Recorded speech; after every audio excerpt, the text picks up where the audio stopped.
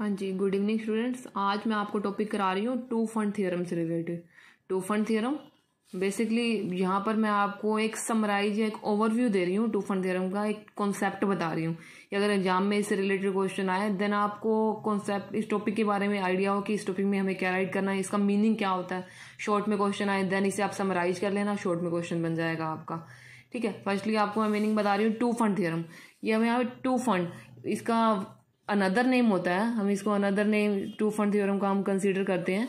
इसे बोला जाता है Tobin's two fund separation theorem. Tobin's two fund separation theorem इसका अनदर नेम है। अब टोबिन नेम की जो टू फंड थ्योरम है ये प्रपाउंड की गई थी। टू फंड इसे थ्योरम भी बोलते हैं एंड टू फंड थ्योरी भी बोलते हैं। इसे प्रपाउंड किया था पर्सन टोबिन ने।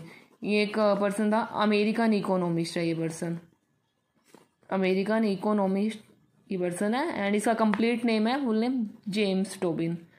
अब ये जेम्स टोबिन आपके थर्ड यूनिट के एक टॉपिक में भी रिपीट हुआ है। ये जो जेम्स टोबिन नेम आया था, तो आप यहाँ कमेंट में बताना कि ये कौन से टॉपिक में आया था, मुझे बताओगे। आपने ओवरऑल जहाँ तक मुझे आइडिया है कि आप सबने रिवीजन कर ली होगी सब, तो बताओगे मुझे कि जेम्स टोबिन कहाँ पर, किस पर्सन ने और क्या थ्योरी है और क्या मॉडल इसने प्रपाउंड किया या किस में अपना कंट्रीब्यूशन दिया था। तो आगे करते हैं यहाँ पर two fund theorem another name James Tobin या Tobin two fund separation theorem. अब देखो यहाँ पर ना जो टू फंड थ्योरम है या वन फंड थ्योरम या फिर मार्कोविज मॉडल आता है, इन तीनों का ना मेन मोटिव होता है पोर्टफोलियो बनाना। सीएपीएम ये सिंगल सिक्योरिटी पे फोकस करता है। Markowitz model, two fund theorem, one fund theorem ये पोर्टफोलियो मैनेजमेंट पे फोकस करती हैं। तो इनसे जो रिटर्न मिलती है ना वो पोर्टफोलियो रिटर्न होती है, मार्कोविज मॉडल से भी, वन फंड थ्योरम से भी एंड टू फंड थ्योरम से। एंड सीएपीएम से जो रिटर्न मिलती है ना वो सिंगल सिक्योरिटी रिटर्न पे फोकस करता है। दैट्स वाई सीएपीएम से हम RA निकालते हैं, एनुअल रिटर्न सिंगल सिक्योरिटी की। और यहाँ पर मार्कोविज मॉडल से या इन थ्योरम से निकालते हैं हम RP कैलकुलेट करते हैं। सीएपीएम से हम कैलकुलेट करते हैं RA, ये तो आती है हमारी सीएपीएम से। और जो Markowitz model, one fund theorem, two fund theorem, इनसे हम निकालते हैं RP। ये Markowitz model and one fund and two fund से RP P हो गया ये हमारा पोर्टफोलियो रिटर्न, ये होती है। और ये जो RA है ये हमारी एनुअल या फिर एक्चुअल रिटर्न इसे बोला जाता है। ठीक है, तो अब यहाँ पर हम डिस्कस कर रहे थे टू फंड थ्योरम में। अब यहाँ देखो यहाँ वर्ड आया इस थ्योरम के साथ टू फंड। अब टू फंड वर्ड आ रहा है, टू फंड मीन्स पोर्टफोलियो बनाते हैं। जब हम पोर्टफोलियो क्रिएट करते हैं इन दैट केस हम टू फंड्स को यहाँ कंसीडर करेंगे। कोई भी पोर्टफोलियो बनाएंगे हम यहाँ पर two according to two fund theorem हम टू फंड्स लेते हैं।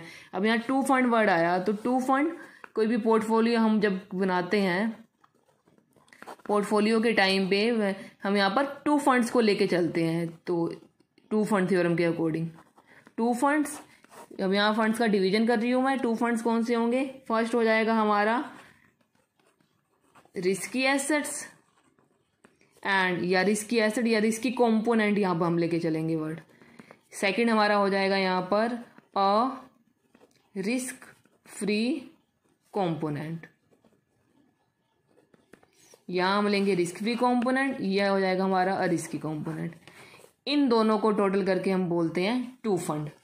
तो हम कोई पोर्टफोलियो बनाते हैं जब हम risky and risk free assets दोनों को कंसीडर कर रहे हैं तो वो टू फंड थ्योरम से रिलेट हो रहा है वो पोर्टफोलियो हमारा। बट अगर हम पोर्टफोलियो बनाते हैं एक सिंगल, किसी पोर्टफोलियो में ओनली रिस्क फ्री एसेट लेते हैं तो ये वन फंड थ्योरम को रिप्रेजेंट करती है। रिस्की जो वन फंड थ्योरम है उसमें हम लेते हैं ओनली रिस्क फ्री एसेट लेते हैं। टू फंड में रिस्की प्लस रिस्क फ्री दोनों आ जाती हैं। अब जो यहाँ पर रिस्क फ्री है एसेट है, रिस्क फ्री कंपोनेंट है, यहाँ से हमें रिटर्न मिलेगी जिसे हम बोलते हैं RF बोलते हैं, जिसे हम कंसीडर करते हैं रिस्क फ्री रिटर्न। और जो दूसरा रिस्की कंपोनेंट है यहाँ से हमें मिलती है, सॉरी यहाँ से हम हमारी हो जाएगी RM माइनस RF क्या होती है, ये होती है हमारी रिस्की रिटर्न। ऑलरेडी आपको बताया हुआ है सीएपीएम में कि मार्केट जो रिटर्न होती है उसमें से रिस्क फ्री रिटर्न को माइनस कर देते हैं तो हमारा यहाँ पर आ जाता है रिस्की रिटर्न हो जाती है। अब इन दोनों का जब टोटल कर दिया जाता है रिस्की प्लस रिस्क फ्री का, ये हमारी हो जाती है पोर्टफोलियो रिटर्न। इस रिटर्न को हम बोलते हैं पोर्टफोलियो रिटर्न। तो पोर्टफोलियो जब बनाते हैं, पोर्टफोलियो में एक रिस्की कंपोनेंट होता है, अगर रिस्क फ्री कंपोनेंट दोनों है तो वो पोर्टफोलियो हमारा टू फंड थ्योरम से रिलेट हो रहा होगा। एंड टू फंड थ्योरम दी जेम्स टोबिन ने। और जिस पोर्टफोलियो में 2 फंड आते हैं वो हमारा टू फंड थ्योरम से रिलेटेड है, और जिस पोर्टफोलियो में ओनली रिस्क फ्री कंपोनेंट आता है वो हमारा 1 फंड थ्योरम से रिलेटेड है। और यहाँ पर टू फंड थ्योरम में रिस्क फ्री जो रिस्की कंपोनेंट है वहाँ से हमारी रिस्की रिटर्न आ जाएगी, जिसे हम बोलेंगे RM माइनस RF। फिर आप यहाँ पर इस टॉपिक में RM का मीनिंग बता दोगे, मार्केट रिटर्न क्या होती है बताओगे, फिर रिस्क फ्री रेट क्या होती है वो बताओगे, जो CAPM में आपको 3 पॉइंट्स लिखवाए हुए हैं। और यहाँ रिस्क फ्री कंपोनेंट में जो RF है यहाँ पर रिस्क फ्री रिटर्न हो जाएगी। जो अगेन ये CAPM में जो आपको रिस्क फ्री रेट से रिलेटेड जो टॉपिक बताया हुआ है, जो CAPM का कॉन्सेप्ट है उसमें ये सारी चीज़ें बताई हुई हैं, और फॉर्मूला जो करवाया था CAPM का उसमें ये बताया था, वो चीज़ें यहाँ कंसीडर करनी है आपको आगे। तो इन दोनों का कॉम्बिनेशन यहाँ पर हो जाता है टू फंड थ्योरम से रिलेटेड। दैट मीन्स जहाँ पर हम पोर्टफोलियो का 2 फंड्स में डिवीजन कर देते हैं उस थ्योरम को बोलते हैं टू फंड थ्योरम। तो यहाँ पर इस आप ओवरऑल ये है कॉन्सेप्ट टू फंड थ्योरम या फिर टू फंड थियरी का। तो टू फंड जो सेपरेशन थ्योरम है ये मेनली आपका फोकस करती है कि जो टोबिन है, टोबिन पर्सन जिसने ये थ्योरम दी, ये पर्सन सजेस्ट करता है यहाँ पर कि हमें ना टू फंड सेपरेशन थ्योरम है। देखो टू फंड थ्योरम आपको अनदर नेम बताया मैंने, टू फंड सेपरेशन थ्योरम। तो ये पर्सन बोलता है, टोबिन सजेस्ट करता है कि अगर आप जब पोर्टफोलियो बनाते हो इन दैट केस आप सबसे पहले ना अपनी प्रॉब्लम को सेपरेट कर लो। तो आपने क्या करना है, सजेस्ट करता है firstly you separate your problem. Problem किससे रिलेटेड, प्रॉब्लम रिगार्डिंग इन्वेस्टमेंट से रिलेटेड प्रॉब्लम को सेपरेट कर लो। सेपरेट करने कैसे करोगे इसमें कि you have to find out the optimal combinations of all risky plus risk free assets. वी क्या बोल रहा है पर्सन कि आपको सबसे पहले क्या करना है, firstly you separate your problem regarding investment. उस प्रॉब्लम को टू फंड्स में सेपरेट कर लो। टू फंड्स कौन से कि आप risky and risk free assets के ऑप्टिमल कॉम्बिनेशन बना लो, जिससे आप और उन कॉम्बिनेशंस को ना एनालाइज कर लो बेटर वे से। जैसे यहाँ पर अब जी यहाँ पर क्या कहता है जेम्स टोबिन कि फर्स्टली आपको ना ऑप्टिमल कॉम्बिनेशन बनाने हैं risky and risk free asset के। दैट मीन्स आपको सबसे पहले अपनी प्रॉब्लम को सेपरेट कर लेना है risky and risk free asset में। After that you will take the decision. इसके बाद आप लोगे decision, then you will take the decision regarding lend और बोरो, कि आपको मनी लैंड करनी है अपनी जो इन्वेस्टमेंट के लिए। आप सारा अमाउंट अगर इन्वेस्ट नहीं करना चाहते, कुछ सेव रखना चाहते हो तो आप उसको लैंड कर रहे हो, या फिर आपको लगता है कि आप पे जितना आपकी सेविंग है उससे ज़्यादा आपने इन्वेस्टमेंट करनी है, देन यू विल बोरो दी। अभी आपकी जो एटीट्यूड है वर्क करने का, दैट मीन आपकी परचेजिंग का मार्केट में आप डीलिंग किस वजह से करते हैं उस पर डिपेंड करता है ये ओवरऑल। ठीक है, तो टू फंड थ्योरम से रिलेटेड ये मेन था। तो अब यहाँ पर कुछ एनालिसिस बता रही हूँ आपको टू फंड थ्योरम से रिलेटेड, जो एनालाइज किया ओवरऑल मैंने अब टू फंड थ्योरम से रिलेटेड। इसमें क्या है कि टू फंड थ्योरम है जो ये टू फंड थ्योरम ये जनरली बताती है आपको, जनरली टेल्स दैट, आपको जनरली बताती है कि जो इन्वेस्टर होता है ना, हम पहले देखो बाकी में क्या कर रहे थे, यूटिलिटी मैक्सिमाइजेशन नेचर का इन्वेस्टर बता रहे थे हर जगह हम कि इन्वेस्टर यूटिलिटी मैक्सिमाइज करना चाहता है। तो यहाँ पर ये टू फंड थ्योरम बताती है कि इन्वेस्टर होता है जो वो क्वाड्रेटिक यूटिलिटी नेचर का होता है। इन्वेस्टर जो क्वाड्रेटिक यूटिलिटी नेचर्ड पर्सन होता है। दैट मीन्स ये अपने जो डिसीजन लेता है ना वो सेपरेट वे से लेता है, सिचुएशन के अकॉर्डिंग लेता है। दैट मीन अपने डिसीजन को वो एक पर्टिकुलर 2 थिंग्स में 3 एरियाज में डिवाइड कर देता है इन्वेस्टर्स, और वो 2 स्टेप्स फॉलो करता है अपने ये डिसीजन लेने के लिए। जिसमें फर्स्ट स्टेप हो जाएगा जो इन्वेस्टर लेगा, यहाँ पर फर्स्ट स्टेप में वो करेगा investor find the tangency portfolio,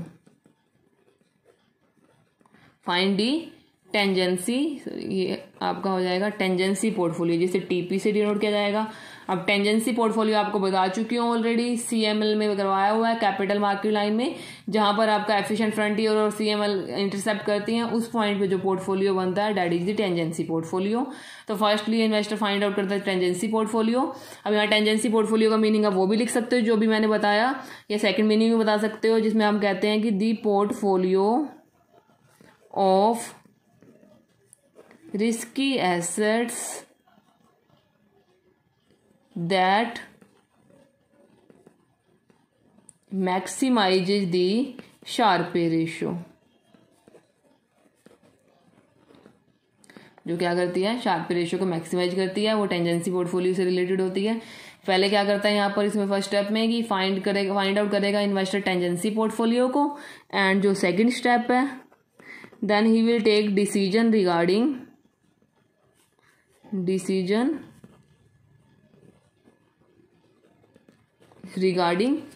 the mix of the tangency portfolio and the risk-free asset। That means यहाँ पर पहले तो क्या करेगा, टेंजेंसी पोर्टफोलियो बनाएगा, देन वो टेंजेंसी पोर्टफोलियो के बेसिस पे रिस्क फ्री एसेट कितनी लेनी है, दैट मीन्स यहाँ पर अगेन वही ऑप्टिमल कॉम्बिनेशन फाइंड आउट करेगा risk and risk free asset के। और ये सब करने के लिए ना इन्वेस्टर 2 डिसीजंस लेता है, 2 डिसीजंस यहाँ पर कंसीडर करता है। ऊपर तो ये आपको बताए ये स्टेप्स थे, तो यहाँ पर 2 डिसीजंस इन्वेस्टर यहाँ पर लेता है। फर्स्ट डिसीजन यहाँ पर होता है, कंसीडर करते हैं हम द इन्वेस्टमेंट डिसीजन,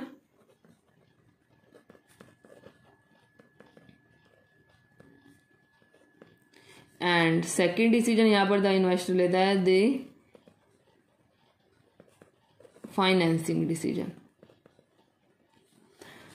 और फर्स्ट जो द इन्वेस्टमेंट डिसीजन है, इन्वेस्टमेंट डिसीजन में 2 क्वेश्चंस के सॉल्यूशन वो फाइंड आउट करता है।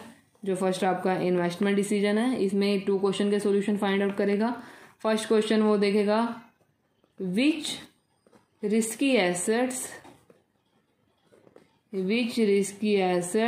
comprise the market portfolio। That means कौन सी रिस्की एसेट्स को अपने मार्केट पोर्टफोलियो में उसने कंसीडर करना है। पहले तो चेक क्या करेगा, कौन सी रिस्की एसेट उसने अपने मार्केट पोर्टफोलियो में लेनी है। अब रिस्की एसेट का डिसीजन ले लिया इन्वेस्टमेंट डिसीजन में, देन जो ये रिस्की एसेट्स लिए है ना उनको वेटेज कैसे देनी है उसका डिसीजन लेगा, किसको कितनी वेटेज देनी है उसने अपने टेंजेंसी पोर्टफोलियो में। तो इन्वेस्टमेंट डिसीजन यहाँ पर 2 डिसीजन होते हैं, investment decision and financing decision. Investment में अगेन 2 डिसीजन लेता है वो रिगार्डिंग रिस्की एसेट्स का, मतलब सिलेक्शन ऑफ रिस्की एसेट्स, जो ऑल्टरनेटिव्स हैं उनको उनमें से किस वे से रिस्की एसेट को सिलेक्ट करना है वो कंसीडर करेगा। एंड सेकंड, जो रिस्की एसेट सिलेक्ट कर ली उसने, then he will take the decision regarding their weightage of investment, कि इन्वेस्ट करते हुए उन पर कितनी कितनी वेटेज देनी है। अब सेकंड डिसीजन था यहाँ फाइनेंसिंग डिसीजन। फाइनेंसिंग डिसीजन में यहाँ पर अगेन 2 चीज़ों के बारे में सोचता है, 2 पॉइंट्स कंसीडर करता है फाइनेंसिंग में भी। फर्स्ट यहाँ पर हम लेके चलते हैं जो हाउ मच, फाइनेंसिंग डिसीजन में how much to invest in RF, risk free asset में कितना अमाउंट उसने इन्वेस्ट करना है वो यहाँ लेगा फाइनेंसिंग डिसीजन में। फर्स्ट इशू हो जाएगा जो कंसीडर करेगा। सेकंड क्वेश्चन जो उसे फाइंड आउट करना होगा, how much to invest in the market portfolio, ये हो जाएंगे फाइनेंसिंग। तो अगेन देखो इन्वेस्टमेंट डिसीजन में 2, फर्स्ट तो रिस्की एसेट सेलेक्ट करनी है, फिर उस रिस्की एसेट को वेटेज कितनी देनी है, ये हो जाएगा इन्वेस्टमेंट डिसीजन के 2 डिसीजन एंड फाइनेंसिंग डिसीजन के 2 डिसीजन। फर्स्ट डिसीजन हो जाएगा मार्केट से, जो फर्स्ट डिसीजन हो जाएगा यहाँ पर how much the amount to invest in risk free asset में कितना अमाउंट उसे इन्वेस्ट करना है, एंड सेकंड हो जाएगा how much to invest in the market portfolio, की मार्केट पोर्टफोलियो में कितना इन्वेस्ट करना है। बिकॉज जब तक मार्केट पोर्टफोलियो में इन्वेस्ट कितना करना है वो उसे पता नहीं होगा, तब तक उसने मनी लैंड करनी है या बोरो करनी है उसका उसे आइडिया नहीं होगा, तो इस सब के लिए वो करेगा। तो जो ये आपको ओवरऑल बताया है जो मैंने, ये आपका था overall topic regarding two fund theorem, ठीक है। अब टू फंड थ्योरम की रही अजम्पशंस, आपने मुझसे क्वेश्चन भी पूछा है कि वन फंड टू फंड की अजम्पशन, अगर अजम्पशंस आती है ना टू फंड की वन फंड थ्योरम की, जो ओवरऑल जो अजम्पशंस आपने करी है ना, मोस्टली तो सभी में कॉमन है कुछ कुछ पॉइंट, जैसे RF का पॉइंट कॉमन हो गया, और यहाँ पर आपका होमोजीनियस एक्सपेक्टेशंस हो गया, इन्वेस्टर के यूटिलिटी मैक्सिमाइजर्स, ये सब कुछ कॉमन पॉइंट्स ये सभी में कंसिडर की जाती हैं, CAPM में भी होती हैं, टू फंड में, वन फंड में एंड मार्कोविच में भी। एंड जनरली टू फंड की और वन फंड की जो अजम्पशन होती हैं, क्योंकि two fund, one fund and Markowitz तीनों की तीनों ये फोकस करते हैं मेनली पोर्टफोलियो मैनेजमेंट पे, तो तीनों की अजम्पशंस नियर अबाउट सिमिलर ही होती हैं, Markowitz model, one fund theorem and two fund theorem. 2 या 3 अजम्पशन का डिफरेंस होता है, वो सिचुएशन के अकॉर्डिंग हर में, जैसे कि उसमें CAPM में आती है determination of project proxy beta, तो बीटा वाली अजम्पशन आप यहाँ कंसिडर नहीं कर सकते, क्योंकि बीटा का यूज CAPM में होता है, यहाँ नहीं होता। तो इस वजह से आपको क्वेश्चन को देख के एनालाइज करना है, then you will write the question, and then कोई डाउट हो पूछ लेना और बेटर वे से कर लेना। ये था ओवरऑल रिव्यू, था overall main concept two fund theorem का था। Thank you students.